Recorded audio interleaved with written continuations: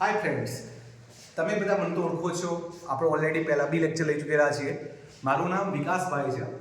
ઘણા લોકો મને વિકી સરના નામથી બી ઓળખે છે. એકચ્યુઅલી પર્ટિક્યુલરલી આજે આપણે ફિઝિક્સની અંદર આવતો એક જે પોઈન્ટ છે અંતર્ગો અરીસાની, એને ડિસ્કસ કરવાની છે. આમ તો સ્ટાન્ડર્ડ 10ની અંદર ધોરણ 10માં તમે અંતર્ગો અરીસા વિશે સમજાવવામાં આવે છે. અંતર્ગો અરીસો જે છે એ સામાન્યતઃ ગોળી અરીસામાંથી બનાવવામાં આવતો હોય છે. એ બધી મેટર્સ તો તમને ખબર છે. તો અહીંયા ખાલી આપણે અંતર્ગોળ અરીસામાં ઓલ ઇન વન પ્રોસેસ સમજવાનો પ્રયત્ન કરીએ છીએ. અહીંયા તમે જોઈ શકો છો, મેં એક અંતર્ગોળ અરીસો બતાવેલો છે. એના આધારિત અહીંયા ધ્રુવ છે. અહીંયા મુખ્ય કેન્દ્ર અને વક્રતા કેન્દ્ર પણ આપણે અહીંયા બતાવવામાં આવેલું છે, નિદર્શન કરવામાં આવેલું છે. હવે મુખ્ય કેન્દ્ર તો વક્રતા કેન્દ્ર કેવી રીતે ડિઝાઇન થાય છે એ બી કદાચ તમને આઈડિયા હશે. તો આપણે તો ખાલી એટલું સમજીએ છીએ કે વસ્તુના આધારિત અહીંયા પ્રતિબિંબ કેવી રીતે રચાતા હોય છે. તો સમજવા માટે આપણે શરૂઆત કરીએ. તો માની લો આપણે અહીંયા એક પોઝિશન્સ પર વસ્તુ લઈએ. આપણું પોઝિશન એક નંબરની પોઝિશન્સ પર આપણી વસ્તુ છે. જો આપણી વસ્તુ અહીંયા છે, આપણે માની લઈએ આપણા માટે હાલ વસ્તુ અંતર ઇન્ફિનિટી છે, વસ્તુ અનંત અંતરે છે. તો એના આધારિત જ્યારે તમને પ્રતિબિંબ મળશે ત્યારે મુખ્ય કેન્દ્ર પર મળશે. અંતર્ગોળ અરીસામાં જે વસ્તુ અનંત અંતરે છે તો એનું મળતું પ્રતિબિંબ મુખ્ય કેન્દ્ર પર એ બી કેવું બિંદુવત સ્વરૂપે છે. તો સામાન્યતઃ આ પેલી પોઝિશન છે, આ વસ્તુ છે અને ડેશ જે છે એ પ્રતિબિંબ રિપ્રેઝેન્ટ કરે છે. હવે સામાન્ય તમે જે આ વસ્તુ ધીમે ધીમે આ તરફ ખસેડવાનું શરૂ કરો. એટલે માની લો કે આપણે વસ્તુ ખસેડીને અહીંયા રાખી, એટલે આ ઇન્ફિનિટી ડિસ્ટન્સ નહીં, સીધી થોડું દૂર છે. એ સમયે તમારું પ્રતિબિંબ એ F અને C ની વચ્ચે આ રીતે ઉલટી પોઝિશન્સમાં મળશે. આ 2' નું પ્રતિબિંબ છે. એટલે આ વસ્તુ છે, આ એનું પ્રતિબિંબ છે. તમને એ પણ ખબર પડતી હશે જે તરફ તમારી વસ્તુ છે પ્રતિબિંબ એ તરફ છે. તો નોર્મલી પેજ ઉપર આપણે આને કયું પ્રતિબિંબ કહેશું? વાસ્તવિક પ્રતિબિંબ કહેશું.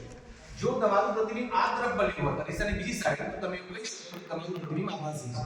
આમ તો ધોરણ 7 ની અંદર આવતું હોય છે કે જે તરફ સામાન્યતઃ જે પ્રતિબિંબને આપણે પડદા પર ઝીલી શકતા હોય એને વાસ્તવિક કહેવાય, જેને પડદા પર ના ઝીલી શકતા હોય એને આભાસી કહેતા હોય છે. પણ નિયમ પ્રમાણે અહીંયા તમે સિમ્પલ રીતે વિચારતા હોય તો જે તરફ અરીસા માટે લેન્સ માટેથી ઉલટું હોય, અરીસા માટે જે તરફ તમારી વસ્તુ હોય પ્રતિબિંબ એ તરફ મળતું હોય તો તમે એને વાસ્તવિક કહી શકો, અને એથી ઉલટી તરફ તરફ તો તમે એને આભાસી પ્રતિબિંબ કહી શકો છો. તો તમે જોઈ શકો છો તમારી વસ્તુ કરતા તમારી પ્રતિબિંબ જે છે ઉલટું છે, વાસ્તવિક છે. અને સાઈઝમાં તમે જુઓ, આની સાઈઝ કરતાની સાઈઝ બી નાની છે. તમે માની લો હજી આ વસ્તુ ખસેડતા અહીંયા આવો છો, આ તમારી નંબર 1 ની પોઝિશન છે. તો એ વખતે તમારું જે પ્રતિબિંબ છે એ તમને અહીંયા મળશે. આ ત્રીજું પ્રતિબિંબ રીવર્સ છે. હજી તમારી વસ્તુ સીધી દૂર છે તો તમારું પ્રતિબિંબ F અને C ની વચ્ચે ઉલટું છે. પણ આની જે સાઈઝ છે, પરિમાણ જે છે એના કરતાં પરિમાણ ઓછું છે, મતલબ સાઈઝ ઓછી છે અને પ્રતિબિંબ ઉલટું બી છે. તમે માની લો તમારી વસ્તુ ખસેડતા એક્ઝેક્ટલી C પર લાવશો તો તમારું પ્રતિબિંબ એ પણ એક્ઝેક્ટલી C પર ઉલટું એટલી સાઈઝમાં હોય. તો જો આ જે ચાર છે એનું પ્રતિબિંબ કોન્ટેક્સ્ટ છે. આ જે પ્રતિબિંબ છે એ આની સાઈઝ ને આની સાઈઝ બંનેની સરખી છે, પણ પ્રતિબિંબની જે ઊંચાઈ છે એટલે આ વસ્તુ કરતા પ્રતિબિંબ એ ઉલટું છે. સાઈઝમાં બંને સેમ છે. હવે તમે કદાચ એનાથી આગળ જશો તો તમે આ વસ્તુને ખસેડતા કદાચ આ પોઝિશન્સ પર લાવો, એટલે કે નંબર 5 પોઝિશન્સ પર લાવો તો તમારું પ્રતિબિંબ એ વખતે સીધી દૂર કદાચ આ રીતે મળશે, જે તમારું 5' છે. તમે અહીંયા જુઓ તમારી વસ્તુ હવે C અને F ની વચ્ચે છે તો તમારું પ્રતિબિંબ ક્યાં મળ્યું? સીધી દૂર. હવે જે સાઈઝ આની હતી એટલે કે સાઈઝ કેવી થઈ ગઈ? વધી ગઈ. સાઈઝ વધી ગઈ. પ્રતિબિંબ તો જે અરીસાની આ બાજુ જ છે, વાસ્તવિક છે, અને પ્રતિબિંબ ઉલટું બી છે. તો આપણે ધારો કે આનો પ્રતિબિંબનો પ્રકાર લખવો હોય તો આપણે લખી શકીએ છીએ કે આપણું પ્રતિબિંબ એ વાસ્તવિક, પછી સેકન્ડ નંબર ઉલટું, અને ત્રીજા નંબરે સાઈઝમાં મોટું પણ કહી શકીએ છીએ. માની લો તમે હજી આ વસ્તુને ખસેડતા સ્થાન 6 આગળ આવશો તો તમારું પ્રતિબિંબ તમને અહીંયા મળશે, જે 6' ના પ્રમાણમાં મળશે. તો તમે જુઓ હવે વસ્તુ કરતા સાઈઝ હજી પહેલા કરતા વધી ગઈ. પ્રતિબિંબ ઉલટું છે, વાસ્તવિક બી છે, પણ સાઈઝ પહેલા કરતા કેવી થાય છે? વધે છે. હવે એમ કરતા તમે તમારું પ્રતિબિંબ વસ્તુ એક્ઝેક્ટલી મુખ્ય કેન્દ્ર પર લાવશો, એટલે 7 નંબરની પોઝિશન પર લાવશો ત્યારે તમારું પ્રતિબિંબ એ તમને અહીંયા 7' સ્વરૂપે મળશે. તો તમે જુઓ તમારી વસ્તુ જે અરીસામાં મુખ્ય કેન્દ્ર પર હશે તો એનું પ્રતિબિંબ એ અનંત અંતરે મળશે. આ પ્રતિબિંબ આભાસી છે, ઉલટું બી છે અને અનંત અંતરે બી મળતું હોય છે. તો તમે અહીંયા નોર્મલી પેજ ઉપર એક વસ્તુ તો સમજી શકો છો, મેં આ વસ્તુને જેમ આ બાજુ ખસેડવાનો પ્રયત્ન કર્યો, વસ્તુને જેમ મેં આ બાજુ ખસેડવાનો પ્રયત્ન કર્યો તો પ્રતિબિંબ કઈ તરફ ખસ્યું? પ્રતિબિંબ મુખ્ય કેન્દ્રથી આ બાજુ તરફ ખસ્યું. વસ્તુને જેમ જેમ આપણે અરીસા તરફ લઈ જઈએ છીએ એમ પ્રતિબિંબ ક્યાં જાય છે? અરીસાથી દૂર તરફ જાય છે. હવે તમે એનાથી આગળ વિચારો.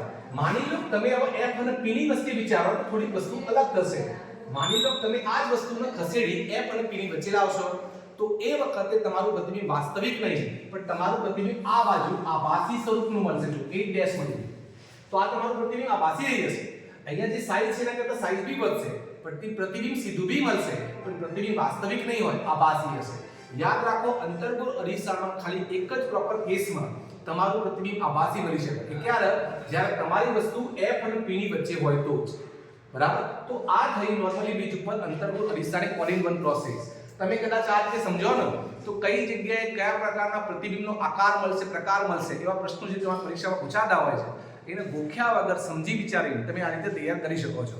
આમ તો તમે આને પ્રેક્ટિકલી પણ સારી રીતે સમજી શકો છો પણ આપણે અહીંયા થિયોરેટિકલ બીજ હાલ સમજાવવાનો પ્રયત્ન કરેલો છે. તો મિત્રો આઈ હોપ કે તમને બેઝિકલી આ લેક્ચર્સ ગમશે. આના પછી જો કદાચ જરૂર પડશે તો આપણે બહિર્ગોળ અરીસાનું લેક્ચર પણ ઓનલાઈન કરવાનો પ્રયત્ન કરશું. આ સાથે સાથે હું ખાલી તમને એટલું જ કહીશ કે 10મા ધોરણના બોર્ડની એક્ઝામ આવે છે, કોઈ ટેન્શન લેવાની જરૂર નહીં.